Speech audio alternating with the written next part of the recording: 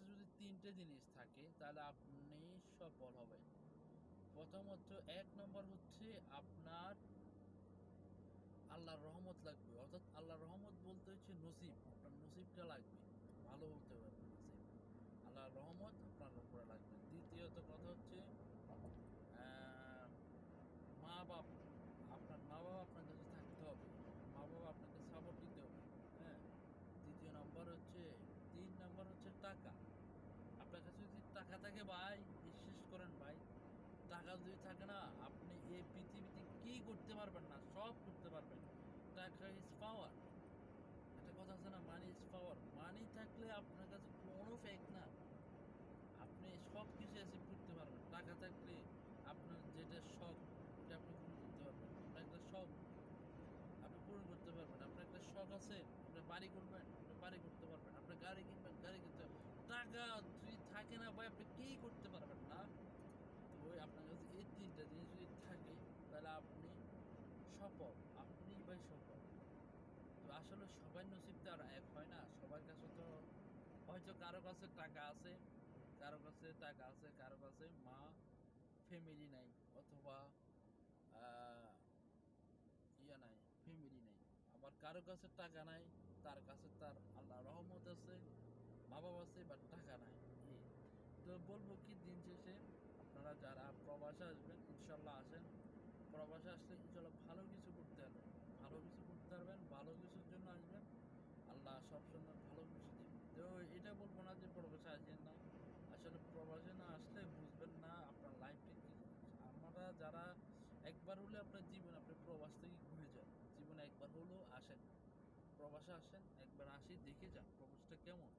আমরা যারা বা আমাদের দেশের কান্ট্রিতে কিছু করতে পারি না, আমরা বলি হ্যাঁ আমরা এখানে কি করব? অনেকে ফ্যামিলি বলে এখানে কি করবি? বিদেশ চলে যা। তো আমি তাদের উদ্দেশ্যে বলব, হ্যাঁ প্রবাসে আসেন, আসা দরকার, একবার আসেন।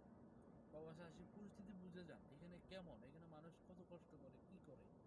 এখানে কষ্টগুলো যখন আপনি বুঝবেন, বুঝার পরে আপনি ১-২ বছর বা ৫ বছর থাকেন না। প্রবাসে কোনো ১-২ বছর ৫ বছর কাটায়।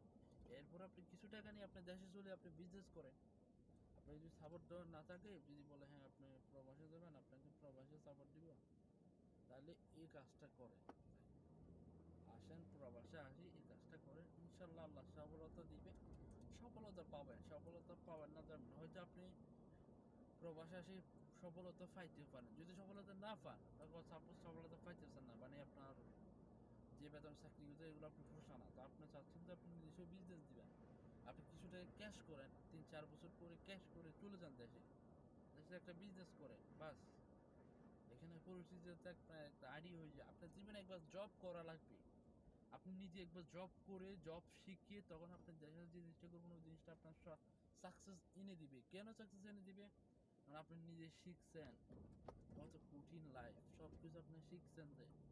শিখিয়ে এখন আপনি নিজস্ব প্রতিষ্ঠান দিবেন। তার মানে ওখানে কিছু করতে পারবেন। আপনি যদি না শিখি, আমরা মূলত আমরা মূলত বাংলাদেশে কিছু করতে পারি না। তার একটা রিজন হচ্ছে আমরা কোনো কাজ জানিও না, কিছু জানি না। বাস পড়ালেখা করছি, বাস এতটুকু। কোনো হাতের স্কিল নাই, আমাদের কোনো দক্ষতা নাই। বাস খালি পড়ালেখা করলে হবে না। হ্যাঁ, আমি বলব না যে পড়ালেখা করেন। ওই পরিমাণে পড়ালেখা করেন যে পরিমাণে আপনার জানা দরকার। অতটুকু পড়ালেখা করি বাস খালাস। এরপর আপনি একটা কাজ শিখেন।